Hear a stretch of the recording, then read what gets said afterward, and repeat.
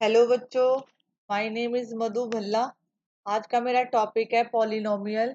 जहाँ इसको अगर आप सीबीएसई की बुक में देखोगे तो आपको पॉलिनोमियल के नाम से मिलेगा। अगर आप अलजेब्रिक एक्सप्रेशन के नाम से देखोगे तो आपको आईसीएसई में मिलेगा। टॉपिक सेम है, क्वेश्चन सेम है, फॉर्मूला सेम है, कुछ भी डिफरेंट नहीं होता। बस टॉपिक का नाम चेंज कर दिया। जहाँ अलजेब्रिक एक्सप्रेशन, जहाँ पॉलिनोमियल। क्योंकि this is a base class. Basic class का मतलब होता है कि ये वाले जो बेसिक अगर आप मेरे से 8th में सीखोगे, आपको 9th में भी हेल्पफुल होंगे और 10th में भी हेल्पफुल होंगे। 9th में आगे जाके चैप्टर आपको मिलेगा पॉलिनोमियल, तो ये सारे बेसिक वहां पे काम आएंगे। तो मेरा कहने का मतलब ये है कि अगर आप इसको ध्यान से सुनोगे तो आपके पास जो है, मतलब आपकी 9th भी अच्छी तरह हो जाएगी और 10th भी अच्छी तरह होगी अगर बेसिक ध्यान से सुनते हो। ठीक है। अब इसके फंडामेंटल कंसेप्ट ऊपर लिखो, अपनी बुक पे लिखो, कॉपी पे। फंडामेंटल फंडामेंटल कंसेप्ट्स इसके बेसिक्स हैं। अगर आपको बेसिक आते हैं तो आप सारे क्वेश्चन जो है इजीली कर पाओगे। सबसे पहले है कि कौन इसमें जो है टू टाइप ऑफ जो सिंबल होते हैं, यहाँ पे लिखो सिंबल। इसके जो सिंबल्स होते हैं वो दो तरह के होते हैं। सिंबल्स में आता है एक कांस्टेंट आता है और एक होता है वेरिएबल। सिंबल दो तरह के होते हैं, एक होता है कांस्टेंट और एक होता है वेरिएबल। तो कांस्टेंट होता है जो फिक्स वैल्यू होती है। कांस्टेंट का मतलब होता है फिक्स वैल्यू। यहाँ पे लिखोगे फिक्स फिक्स वैल्यू। ठीक है। कांस्टेंट का मतलब फिक्स वैल्यू। जैसे फॉर एग्जांपल ऐसे लिखा आ जाए 7-3√2। ठीक है। अगर आपको दिखा हो -√3 पाई, ये सारे एग्जाम्पल किसके हैं? इसके कांस्टेंट के। मतलब कांस्टेंट में कोई भी वेरिएबल जो है नहीं आता। वेरिएबल का मतलब होता है, जैसे यहाँ पे देखो, वेरिएबल का मतलब ये होता है, जैसे मान लो मेरे को लिखा हुआ C2πr। ठीक है, वेरिएबल। अगर हम इसमें फॉर्मूले में देखें तो ये C फॉर सरकमफ्रेंस है। तो ये यहाँ पे जो 2 पाई है, ये टू भी कांस्टेंट है इसमें, ये 2 कांस्टेंट है, पाई भी कांस्टेंट है, लेकिन जो आर है वो वेरिएबल है। आर क्या है? वेरिएबल। जैसे आपके पास ऐसे लिखा आ जाए 4xy, तो यहाँ पे 2 वेरिएबल है, x और y 2 वेरिएबल। ठीक है, x और y। ठीक है, कई बार ऐसे लिखा आता है कि अगर लिखा हो 4xy z, तो अगर आपको पूछे कि इसमें कितने वेरिएबल हैं तो 3 वेरिएबल है। ठीक है।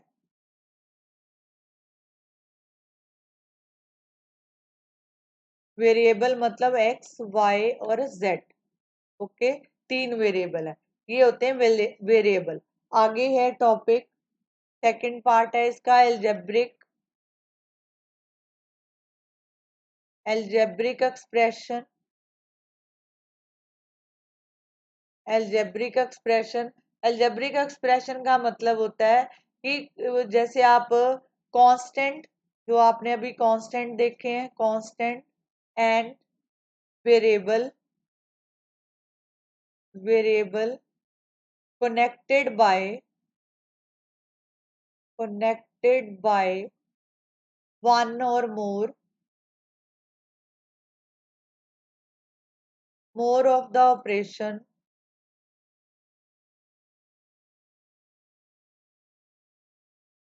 Of addition. उसके बीच में एडिशन लिखा होता है। ठीक है, एडिशन, सब्ट्रैक्शन सब्ट्रैक्शन और साथ में लिखा होता है मल्टीप्लिकेशन। ठीक है, और डिवीजन।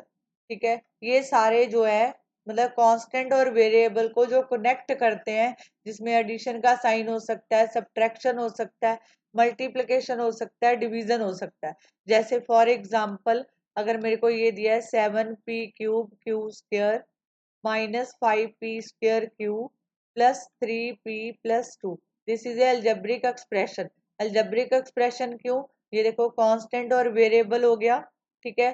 साथ में ये डिवाइड मल्टी सॉरी सब्ट्रैक्शन का साइन है, ये प्लस का साइन है, तो ये सारी टर्म्स को आपस में कनेक्ट कर रहा है, तो इसको बोलते हैं अलजेब्रिक एक्सप्रेशन, ठीक है। अलजेब्रिक एक्सप्रेशन में टर्म्स के बारे में, जैसे यहाँ पे आपको टर्म्स पूछा जाए, ठीक है, अगर आपको टर्म्स पूछा जाता है कि नंबर ऑफ टर्म्स कितनी है, जैसे मैंने लिखा 7p/q² इसमें टर्म्स कितनी है, तो आप टर्म्स के बारे में लिखोगे, यहाँ पे वन टर्म है, ठीक है। वन टर्म को बोला जाता है मोनोमियल।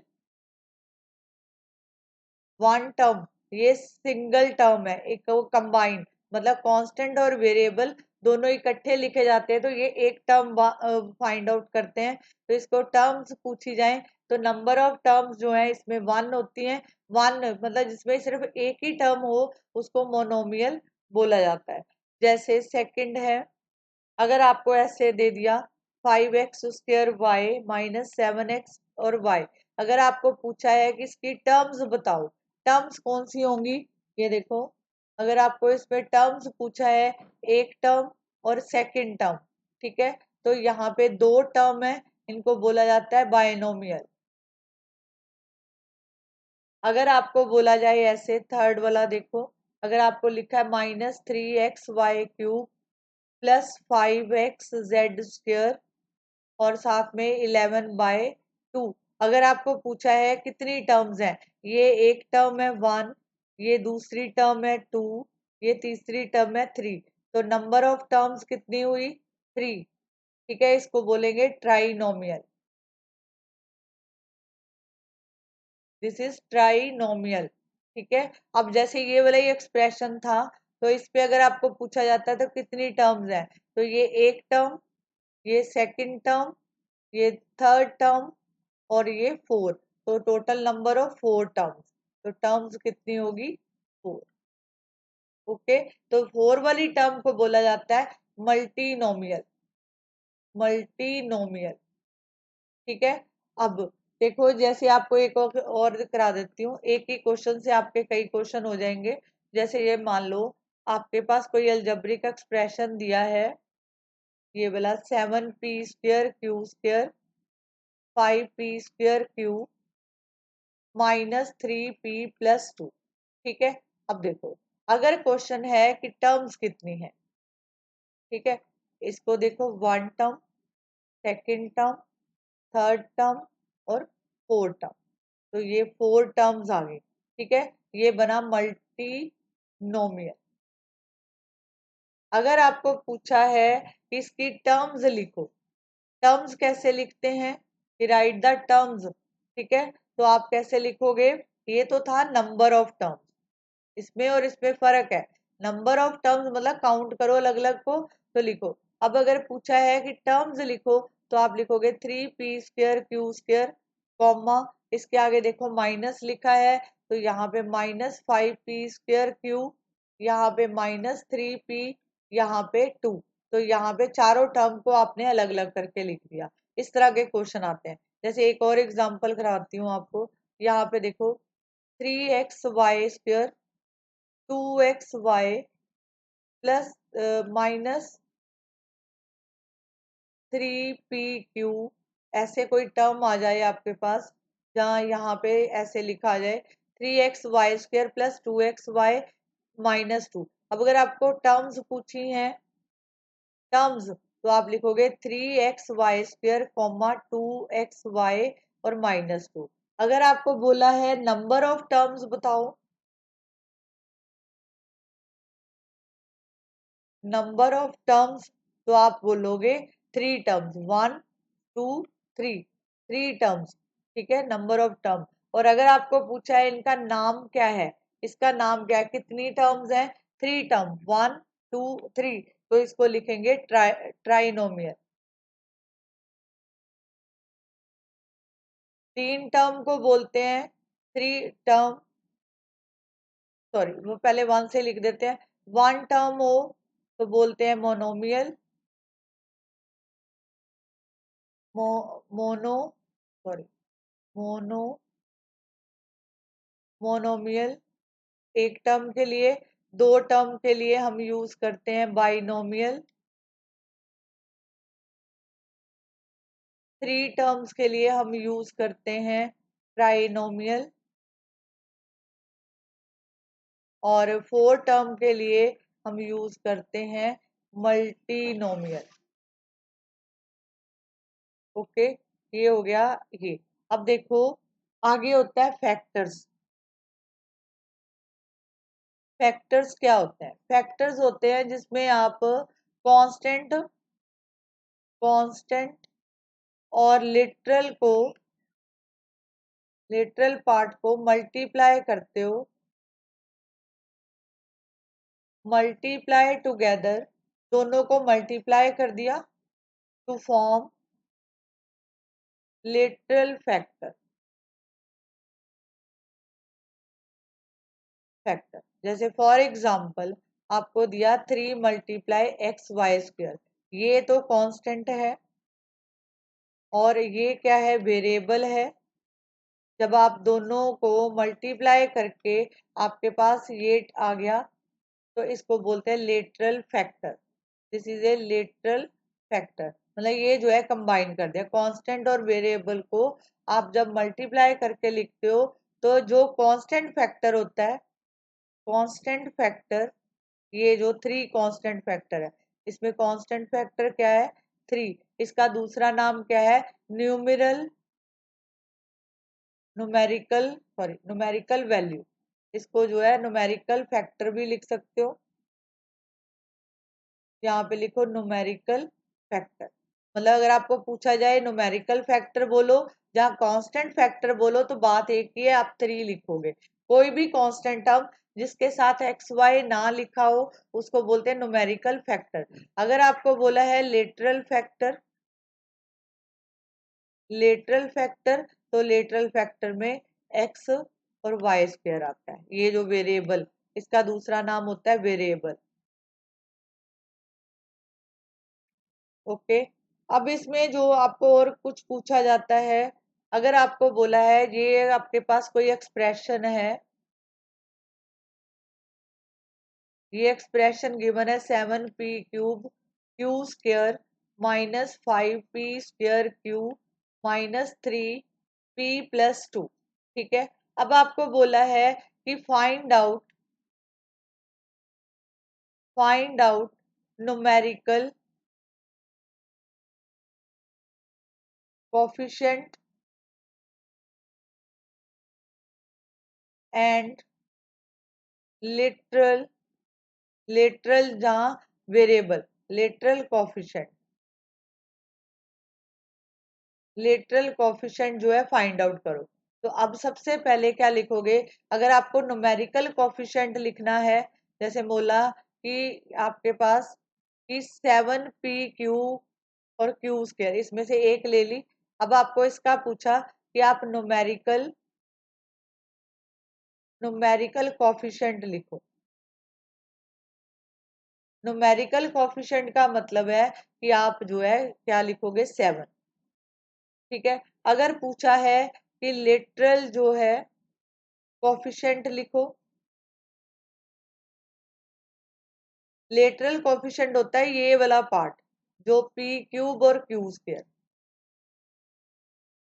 ठीक है, अगर आपको पूछा है इसी का ही जो है, पूछा है कोफिशिएंट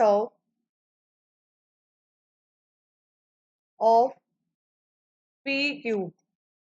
p³ को छोड़ दो, बाकी जो लेफ्ट बच रहे हैं उनको लिख दो, ये उसका आंसर होएगा। अगर आपको पूछा है कि कोफिशिएंट ऑफ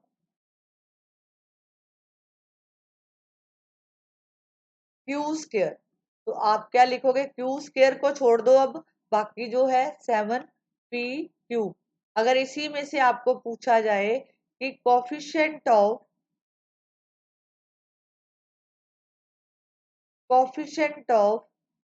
p², अब देखो आपके पास ये गिवन है, आपको कोफिशिएंट किसका निकालना है? p² का। आप p³ के दो हिस्से कर दो, p into p² q²। Coefficient किसका है? p² का। ये नहीं लिखोगे, बाकी जो लेफ्ट है उसको लिख दो, ये 7p² आ जाएगा। ओके, और अगर आपको पूछा है यहाँ पे, अगर यहाँ पे माइनस होता, अगर मान लो आपके पास कोई टर्म ऐसे होती, अगर आपके पास -7p³ होता, तो कॉफिशेंट ऑफ -q लिखते, तो क्या लिखते फिर आप? ये भी नहीं लिखते, q भी नहीं लिखते, सिर्फ 7p लिखते। Is this clear? ठीक है, इज दिस क्लियर? एक तो ये वाला एक क्वेश्चन आपसे पूछे जाते हैं, आप बेसिस को कम से कम 3-4 बार करके देखो, करके देखोगे, सुनोगे वीडियो, तो आपको भी पता चल जाएगा कि कैसे है। अब देखो, कुछ होता है लाइक टर्म और कुछ होती है अनलाइक टर्म। लाइक टर्म वो होती है जो एक जैसी, देखने में एक जैसी हो, चाहे उसका ऑर्डर कुछ भी लिखा हो, जैसे लिखा है 5xyz²। आपको दिया ये वाला कि ये बताओ ये लाइक टर्म है कि नहीं है। अब देखो, यहाँ पे x है, इसकी पावर 1 है, y की पावर 1 है, z की पावर 2 है। ठीक है, अब आपको पूछा है कि ये लाइक टर्म है या नहीं है। एक मिनट, इसको थोड़ा चेंज कर रही हूँ। ठीक है, अब देखो x की पावर 1, y की पावर 1, z² की पावर 2। ठीक है, अब नेक्स्ट वाले टर्म में देखो, x की पावर 1, y की पावर 1, z की पावर 2 सेम आ गई। इसी तरह y की पावर 1, x की पावर 1, z की पावर 2 सेम बन रहा है, तो this is called like term. मतलब यहाँ पे पावर के हिसाब से ये अगर लिखा हो x y 3 y x और 4, ये जो है, अगर आपको ये दो टर्म दे रखी हैं, आपको पूछा जाए ऐसे लिखा हो, तो आपको पूछा जाए कि ये जो है लाइक टर्म है, तो yes this is a like term, क्योंकि इनका वेरिएबल जो है सेम है। पावर देखो, यहाँ पे x की पावर 1, y की पावर 1, y की पावर 1, x की power 1। Order doesn't matter, order मतलब कि x को पहले भी लिखा जा सकता है, y को बाद में भी लिखा जा सकता है, तो बट इनकी पावर सेम होनी चाहिए, ये लाइक टर्म में होती है। जैसे आपको दिया है अनलाइक टर्म, जैसे 7ab-3a²b 2/3ab²। खुद देखो, ab ab की पावर 1, इसकी पावर देखो, इसकी a की पावर 2, b की पावर 1। अब ab², a की पावर 1, b की पावर 2, ये देखो, ये सारे जो है आपस में एक जैसे नहीं है, तो इसका मतलब है this is a unlike term. इसको ऐसे जज करते हैं। ठीक है, this is a unlike term, मतलब पावर अगर सेम नहीं आ रही है तो आप उसको लिखोगे अनलाइक टर्म। ठीक है, अब देखो, इसमें बात करेंगे डिग्रीज की।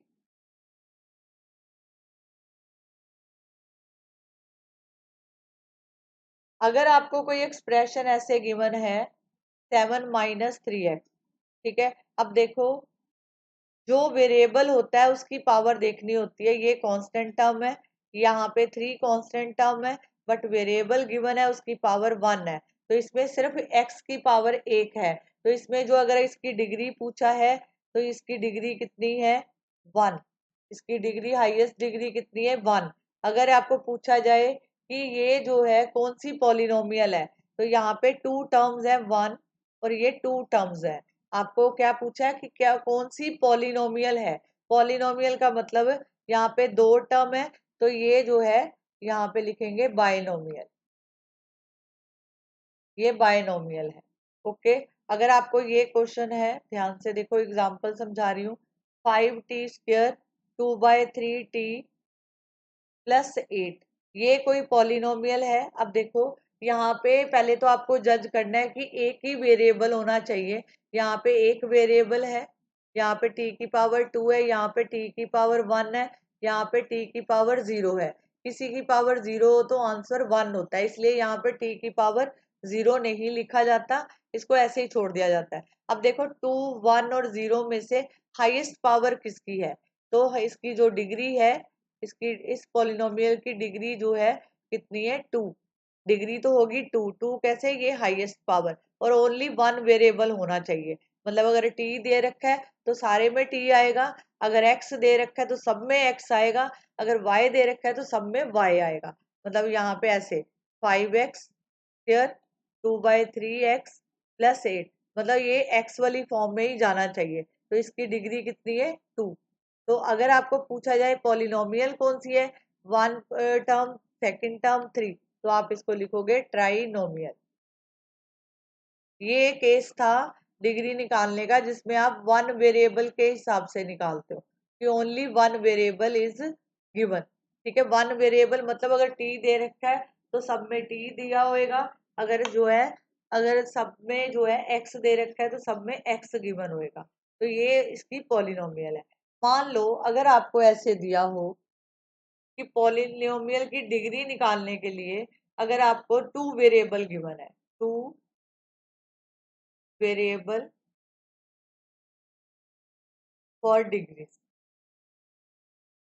कैसे, फॉर एग्जाम्पल अगर आपको इक्वेशन गिवन है X cube Y square -5x² Y cube 2/3 XY³ +7XY -1/5, ये आपको कोई पॉलिनोमियल गिवन है तो आपको बोला है कि इसकी डिग्री निकालो।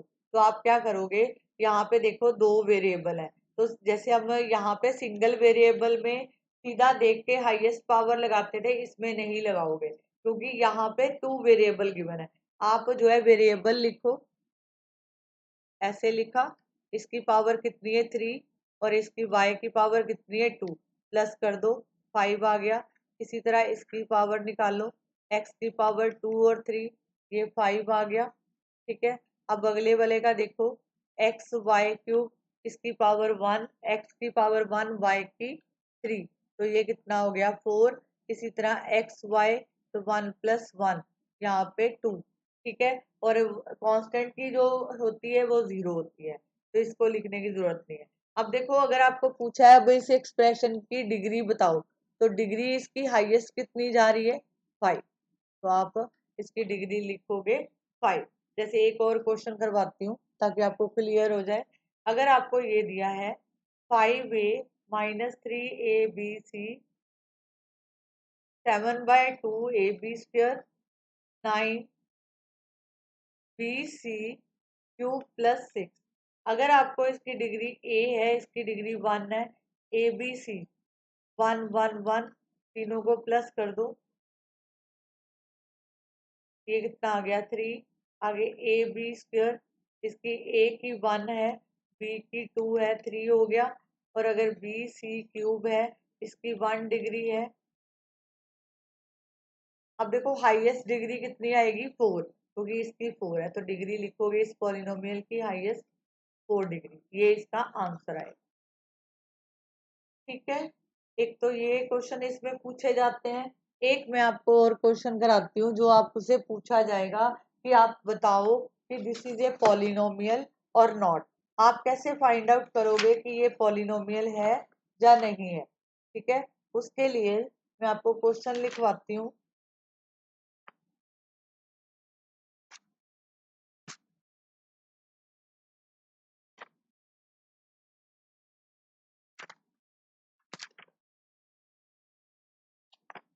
एक मिनट वेट करो, मैं क्वेश्चन लिखवा रही हूँ आपको ताकि आपको क्लियर हो।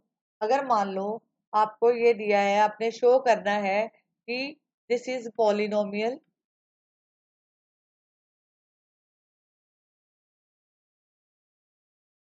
और नॉट, आपको बताना है ये पॉलिनोमियल है या नहीं है। तो आप कैसे करोगे, यहाँ पे लिखा 5x³ 4x² +1/2। अब देखो वेरिएबल को देखो, यहाँ पे पावर 3 2 और यहाँ पे जो है कांस्टेंट पावर जो है कम हो रही है, और वन वेरिएबल है, तो ये जो पावर जो है इसकी होल नंबर में है। होल नंबर होता है, पावर जो है हमेशा होल नंबर में होनी चाहिए। ये जो है 3 2, और यहाँ पे अगर आगे टर्म्स होती तो 1 होती। तो कहने का मतलब है कि ये जो है yes it is polynomial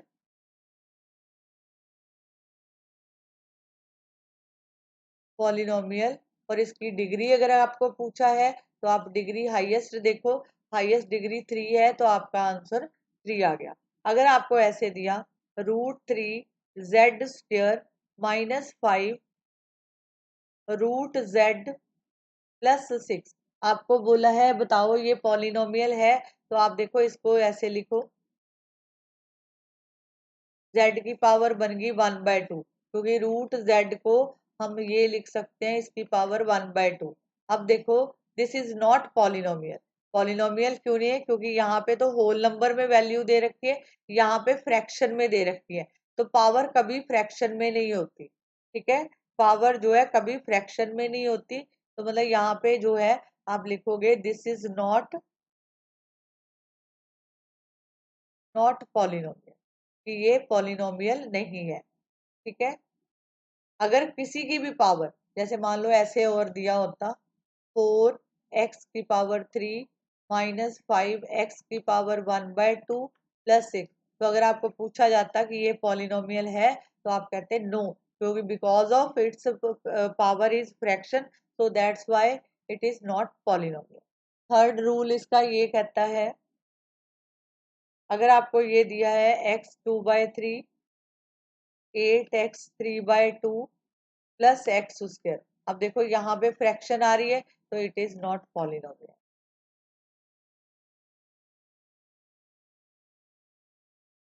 not polynomial. अगर आपको ऐसे दिया है, इस फॉर्म में दिया है 5x - 1/x +1 की x⁻², मैं इसको लिखती 5x, यहाँ पे x⁻−1 x⁻−2। एक तो याद रखना, एक फ्रैक्शन हो पावर में, अगर पावर जो है, पावर अगर फ्रैक्शन में है जहाँ नेगेटिव है, जहाँ नेगेटिव है, फ्रैक्शन में है जहाँ नेगेटिव है, तो ये जो है नॉट पॉलिनोमियल। यहाँ पे पावर जो है नेगेटिव में आ रही है, तो इसका मतलब इट इज नॉट पॉलिनोमियल, ये पॉलिनोमियल नहीं है। मतलब रूल ये बना कि अगर पावर फ्रैक्शन में हो जहाँ नेगेटिव हो तो ये पॉलिनोमियल नहीं होता। ओके, ये पॉलिनोमियल नहीं होता। ठीक है, अगर आपको बोला है, जैसे मान लो आपको ये क्वेश्चन कोई दिया कि आप जो है इसकी डिग्री बताओ, डिग्री फाइंड आउट करनी है आपको। आप इस सभी को अपनी कॉपीज में लिखोगे ताकि आपको क्लियर हो जाए। x+2/3 x+3/4, आप जो है सीधा इसकी डिग्री नहीं निकाल सकते, आपको पहले इस टर्म को और इसको मल्टीप्लाई करना है। तो मल्टीप्लाई का मेथड क्या होता है ये देखो, मैंने इसको कांस्टेंट रखा, इसको नहीं चेंज करेंगे क्योंकि ये दो टर्म्स है, मैं इसको चेंज नहीं करूंगी। मैं क्या करूंगी, मैंने इसको एक को कांस्टेंट मान लिया, मैंने x ये वाला लिया, इसको मल्टीप्लाई करना है, ये कॉमन पार्ट बनेगा दोनों में, प्लस आगे देखो प्लस का साइन है, मैंने प्लस लिख दिया, फिर 2/3 लिखो, ये दोनों तरफ सेम फैक्टर आना चाहिए। अब मल्टीप्लाई कर दो, x² 3/4x +2/3x, और यहाँ पे 2/3 इंटू 3/4, ये मल्टीप्लाई कर दिया। तो आपके पास पहले इसको अलजेब्रिक एक्सप्रेशन में चेंज करोगे, इसका एलसीएम लो 12, यहाँ पे 4 3, यहाँ पे 9x, 3 दा, यहाँ पे 8, तो ये बन गया x² 17x/12 +1/2। अब देखो 1 वेरिएबल है, इसकी पावर 2 है, इसकी पावर 1 है, पावर जो है होल नंबर में है, तो यहाँ पे जो है एक तो ये पॉलिनोमियल है, इट इज पॉलिनोमियल, और एक जो है इसकी डिग्री लिखनी है तो आप डिग्री लिखोगे 2, दिस इज द आंसर। ठीक है,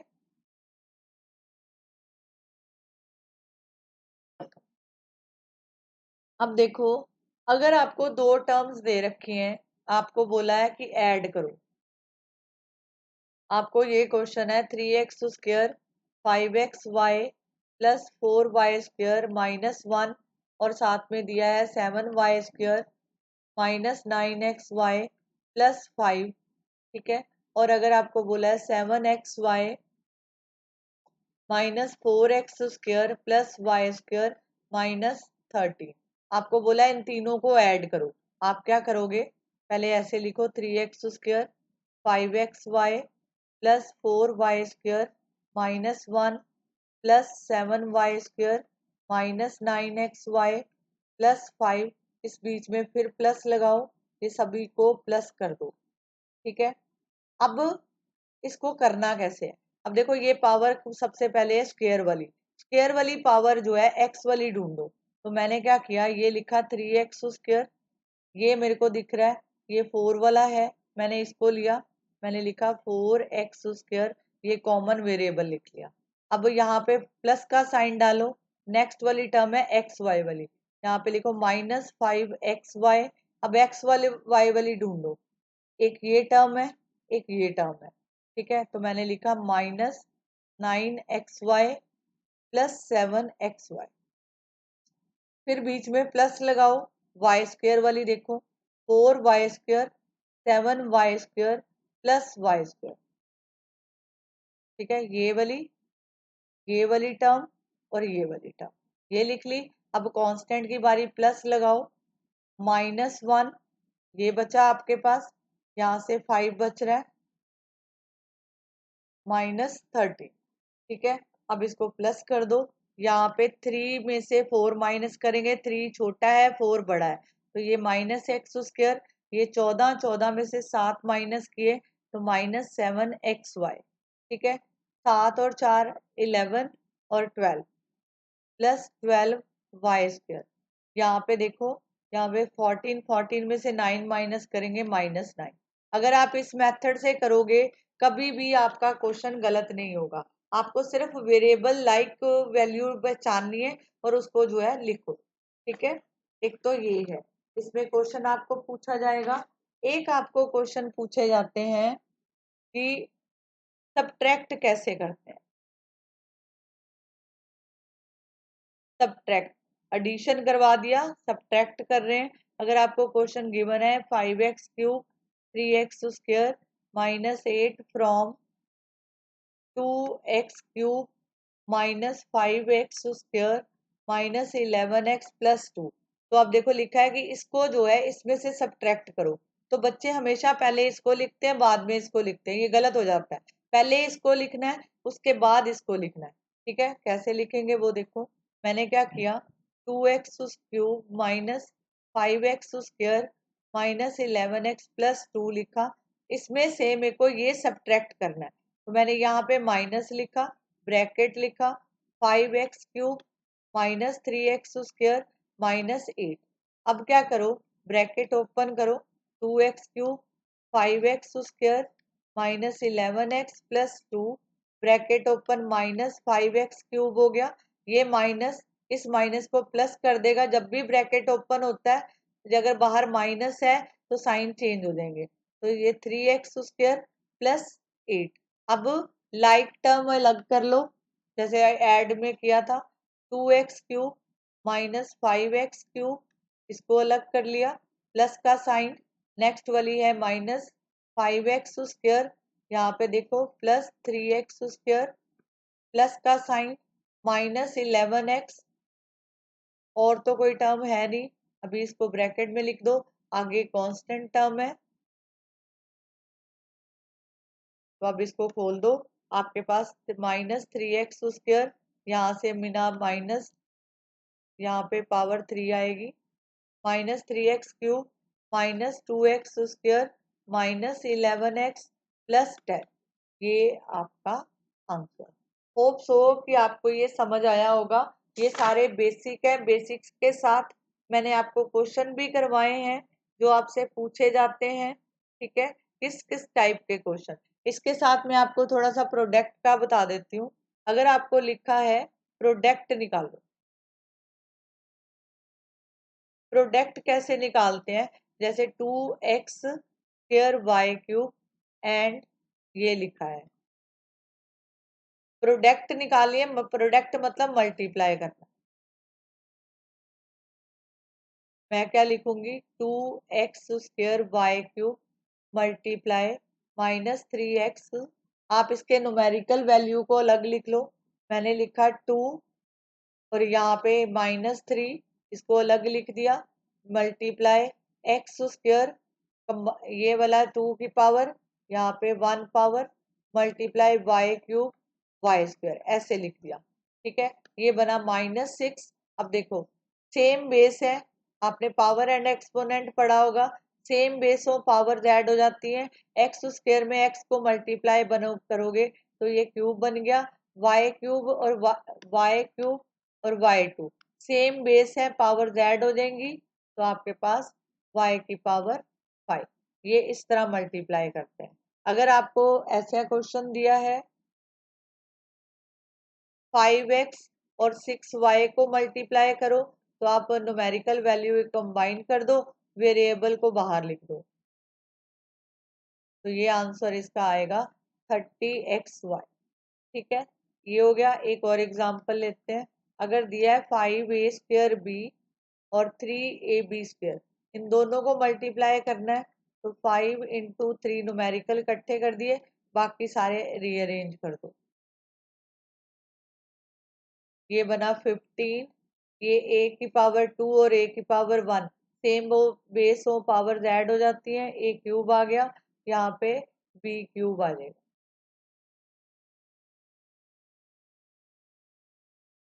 इसको इस तरह मल्टीप्लाई करते हैं। ठीक है, तो आगे जैसे एक और एग्जांपल देती हूँ, प्रोडक्ट का ही दे रही हूँ। अगर आपको लिखा है 3ab 4bc और 5ca, आप कैसे मल्टीप्लाई करोगे? पहले इसके न्यूमेरिकल वैल्यू इकट्ठी लिख दो, बाकी सारे जो है वेरिएबल बाहर लिख दो, ab bc और ca। अब देखो, ये कितने हो गए, 12, 12 में इंटू करोगे 560, ये a है और ये a है, दोनों की पावर 1 है, बन गया a²। इसी तरह b की पावर 1, b की 1, तो b2, c की power 2। This is the answer. ठीक है, एक टाइप और लिख देती हूँ। ठीक है, आप इसको बेसिक को अच्छी तरह क्लियर करो और अपनी दो एक्सरसाइज इजीली कर सकते हो। 4x 5x + 7xy कैसे मल्टीप्लाई करेंगे? 4x लिखो, ब्रैकेट में लिखो 5x 7xy। पहले 4x इससे मल्टीप्लाई होगा, फिर 4x जो है इससे भी मल्टीप्लाई होगा। ठीक है, तो ये आ गया 4x × 5x + 4x × 7xy, दोनों से मल्टीप्लाई होगा। जैसे हम ये नहीं करते, ऐसे लिखा हो तो 2 को इससे भी मल्टीप्लाई करेंगे, 2 को इससे, तो ये 6x + 8y आएगा। ठीक है, अब 4x को इससे भी मल्टीप्लाई करना है और 4x को इससे भी मल्टीप्लाई करना है, तो ये हमारे पास आंसर बनेगा 20x² + 28x² y। This is the answer, ये हमारा आंसर बनेगा। ओके, होप सो आपको ये समझ आए क्वेश्चन। आप इससे दो एक्सरसाइज स्टार्ट कर सकते हो, तो ये बेसिक जो है आपके लिए काफी हेल्पफुल होंगे। अगर आपने इसको लेक्चर को ध्यान से देखा है तो ये चैप्टर बिल्कुल इजी हो जाएगा। आप प्रैक्टिस करो, अगर कोई डाउट्स आए तो आप जो है चैट बॉक्स में लिख सकते हो। ठीक है, मेरे को मैसेज करो, मैं आगे और कंसेप्ट क्लियर करूंगी। Thank you so much.